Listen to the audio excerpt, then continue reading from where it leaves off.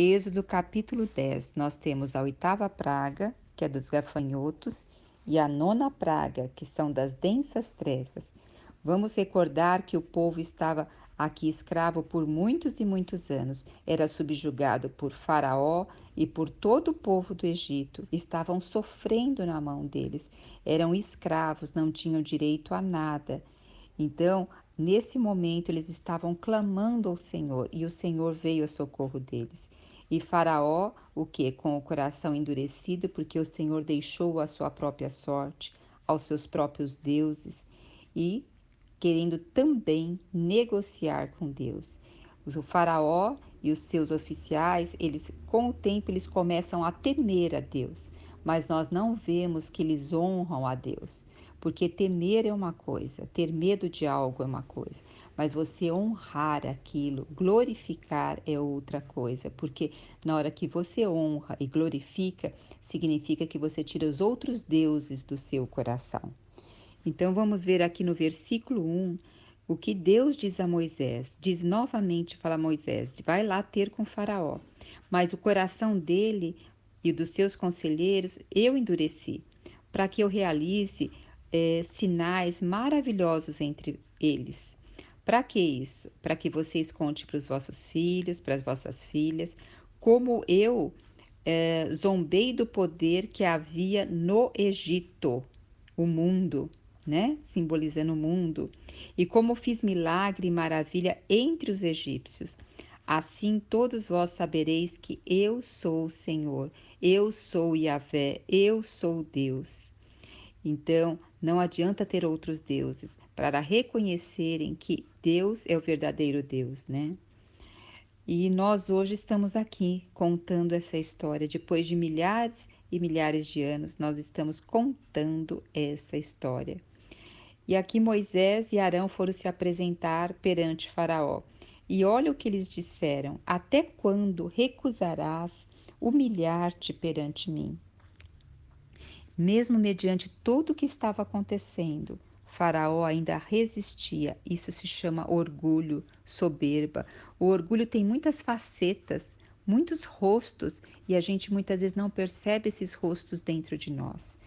De Faraó fica claro aqui, conforme nós vamos ver a história, né? Mas quando estamos inseridos no problema, temos dificuldades de ver de fora. E aí, mediante os problemas e as dificuldades, pensamos logo quem pode nos ajudar. Pensamos, quem conhece um político pensa num político, numa pessoa influente, talvez num empréstimo, já pensa como procurar um médico, a medicina. Então, o coração do ser humano tende a buscar ou reclamar muito da situação, mas pouco se busca Deus e pouco se depende de Deus. Não é que não podemos buscar recursos externos, mas nosso primeiro recurso é o recurso interno. E procurar nessa comunhão íntima com o Senhor, ver qual a direção que Ele está nos dando, né? E aqui no versículo 4 diz: se recusares deixar meu povo partir, farei amanhã vir sobre vós uma nuvem de gafanhotos. E eles vão comer tudo que sobrou da chuva de pedra de granizo. Comerão todas as vossas árvores que crescem no campo. Então, olha, o Egito já estava numa calamidade, e ainda mais com isso. Então, ainda diz assim, olha, vai encher os teus palácios, as tuas casas, casas dos seus oficiais, de todos os egípcios. Vai forrar o chão de gafanhotos. E o que Moisés fez? Disse isso, virou as costas e saiu rapidamente da presença de Faraó. Já não havia mais muito diálogo, né? Ele veio para decretar, não veio nem para negociar nem conversar.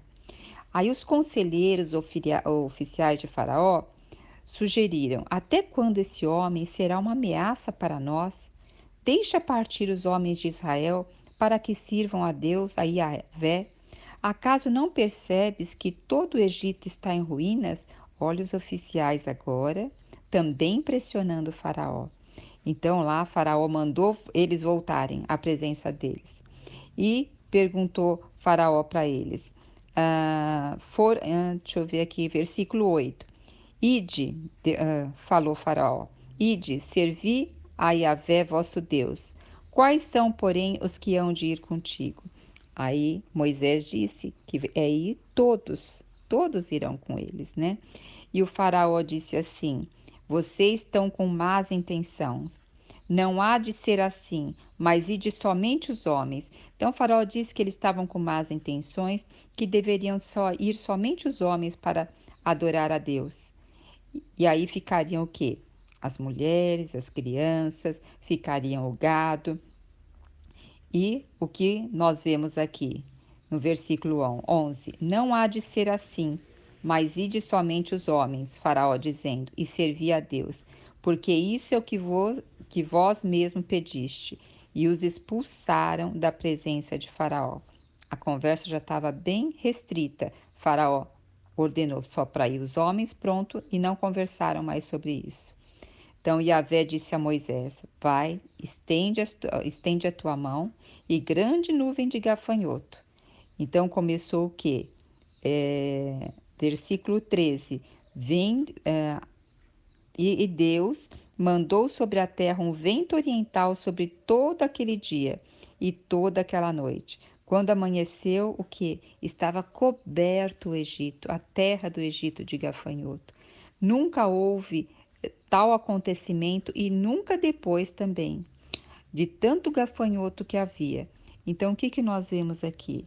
Que o Senhor está mostrando que Ele é Deus de tudo, porque cada milagre desse, o Senhor está pondo à prova os deuses do Egito. Olha aqui, o Senhor agora está comandando o vento, soprou esse vento dia e à noite e trouxe toda essa nuvem de gafanhoto. Nós vemos, tanto quando nós vamos falar das trevas aqui abaixo, como dos ventos, como do mar, como o rio Nilo que se tornou em sangue.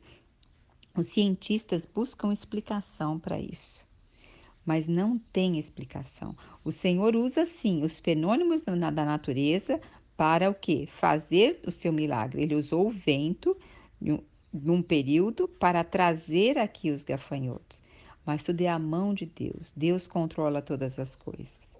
Agora veja o que acontece no versículo 16. Pelo que Faraó mandou chamar depressa Moisés e Arão e declarou: pequei contra Deus e contra vós. Mas agora perdoai-me ainda esta vez. Quer dizer, ainda esta vez. Então aqui tem um jogo de palavras, né? Que ainda essa vez, será que vai ter outras vezes? Não tem uma convicção aqui. Perdoa-me ainda essa vez o meu pecado e orai a Yahvé vosso Deus, que leve esta praga mortal para longe de mim e do meu povo. Moisés saiu da presença de Faraó, orou ao Senhor e o Senhor soprou outro vento, e esse vento que lançou todos os gafanhotos no Mar Vermelho. Aparece aqui, olha, primeira vez aqui o Mar Vermelho. E o que aconteceu depois? Como que Faraó ficou depois que saiu a praga? Voltou a ter seu coração endurecido. Oh, Senhor Jesus, quantas vezes nós ficamos tão macios na presença de Deus, na presença da palavra do Senhor. Vamos à igreja, buscamos a Deus, choramos, ajoelhamos. Depois passa um tempo aquela tribulação, voltamos à nossa vida normal. Não houve uma transformação, a gente volta aos caminhos que tínhamos antes. E agora nós vamos ver a nona praga. Disse Yahvé a Moisés: estende a mão em direção ao céu. Então você vê, aqui não foi lá falar com o faraó, já falou assim: estende a tua mão em direção ao céu.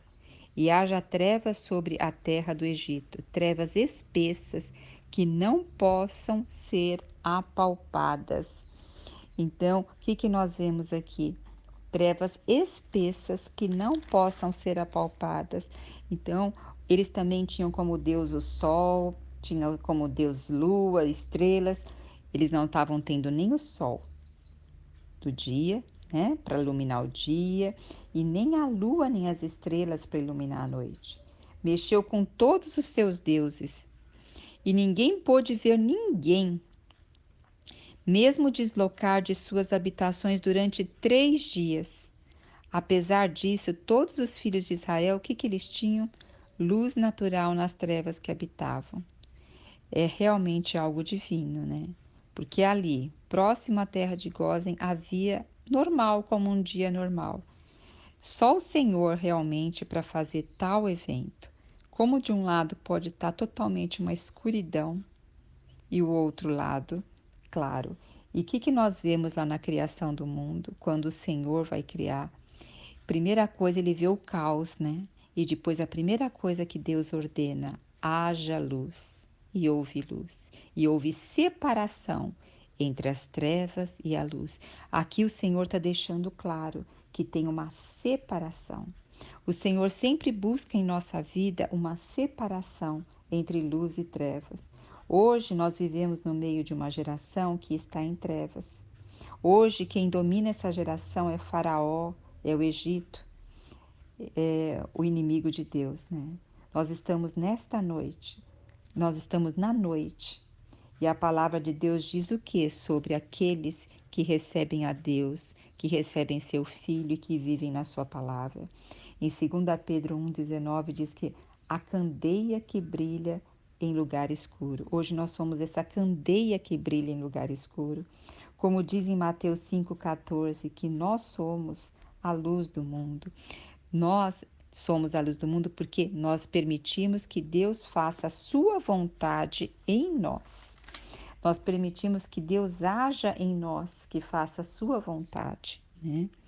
E aí Faraó, naquelas imensas trevas, o que Faraó mandou fazer? Chamar Moisés e Arão, como diz aqui no versículo 24. E ordenou-lhes: ide, portanto, servi a Yahvé. Fiquem somente os vossos rebanhos e o vosso gado. As vossas crianças e mulheres poderão ir convosco. Olha, ele vai liberando aos pouquinhos. Antes falou que era para os homens ir e todo o restante ficar.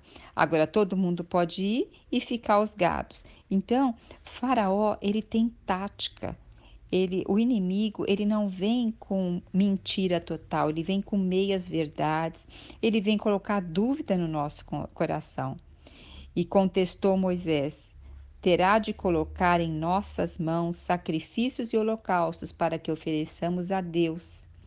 E aí falou assim: os nossos rebanhos irão conosco, não ficará nenhum pedaço de casco de animal em vossas terras, porque dos nossos rebanhos temos de separar. Então aqui está dizendo que nada vai ficar, né, no Egito. E é isso que o Senhor quer de nós, um coração que nada fique no Egito. O Egito sempre vai buscar negociar conosco, a todo momento. E ele nos deixa tão cansados e preocupados com a sobrevivência que, sabe, tira muitas vezes a força de nós adorarmos a Deus. Eu tenho uma conhecida que ela trabalha sobre, no final do mês tem que sempre bater metas, senão tem o risco de perder o emprego. Então vai chegando próximo ao final do mês, ela vai orando, orando, e muitas vezes ela fala que dá uma coceira na mão, porque ela pode mexer nas contas dos clientes e fazer pequenas alterações para ela bater a meta. Mas ela invoca o Senhor e fala: Senhor, se eu bater a meta, Tu és Deus. Se eu não bater a meta, Tu és Deus também. Então ela vive sempre assim, com essa, muitas vezes, com a mente quer negociar. E ela ali se curva ao desejo de Deus. Também muitas vezes, inclusive ontem, uma irmã muito amada me pediu para nós ajudarmos em oração, porque um dos seus parentes tem um bom emprego, tudo, e o chefe pediu para fazer algo não muito lícito. E no outro dia ia ter uma reunião para convocar outras pessoas para fazer esse projeto. E ele se recusou a fazer esse projeto, dizendo que ele servia a um Deus e o Deus dele não permitiria ele estar dentro desse projeto. Então, olha só, muitas vezes nós temos que realmente falar ao nosso chefe, falar ao Faraó e falar ao Egito. e saber que quem vai cuidar do nosso sustento é o Senhor. Então o inimigo vem com pequenas também distrações no nosso dia, até com justificações lícitas, porque ele poderia falar: Senhor, eu mantenho a minha família com esse salário, se eu não for eu vou poder ser mandado embora. Mas não, em primeiro lugar, nós temos um compromisso para com Deus, não devemos negociar nada com o faraó. E uma coisa que hoje se tenta negociar muito, sem a gente perceber, é o nosso tempo e a nossa comunhão com Deus. Em 1 Samuel 15:22 diz: melhor é obedecer do que sacrificar. Melhor é obedecer. Então, nós não devemos negociar em nada. Muitas vezes se faz o que? Sacrifícios, não, como se você faz promessas, né? Como uma fonte de negociação com Deus. Com Deus não se negocia, com Deus se obedece. O Senhor tem a sua vontade soberana, e quando a nossa vontade se encaixa com a vontade soberana de Deus, as coisas acontecem. Nós temos assim, em Romanos 12:2, diz que a vontade de Deus é perfeita, boa e agradável. E se nós observarmos a oração do Pai Nosso, diz assim: seja feita a tua vontade, assim na terra como é feita no céu. Então o Senhor busca ter um povo separado. Tudo que tem no Egito é do domínio de Faraó. Nós não queremos isso que tem no Egito, porque no deserto é onde o Senhor nos supre com todas as coisas. Então vamos ver agora o versículo 27. Contudo, o que Deus permitiu que o coração de Faraó continuasse duro para não deixá-los partir. Então Faraó ordenou a Moisés: aparta-te de mim e guarda-te de veres a minha face, pois no dia em que vires a minha face, morrerás. Então aqui acabou o diálogo. E Moisés respondeu: será, portanto, como disseste, nunca mais tornarei ver a tua face. Nós vamos ver lá, mais para frente, que eles vão se ver, mas vão se ver para quê? Para a batalha final. Que o Senhor guarde o nosso coração, para nós fazermos a boa, perfeita e agradável vontade de Deus. Jesus é o nosso Senhor.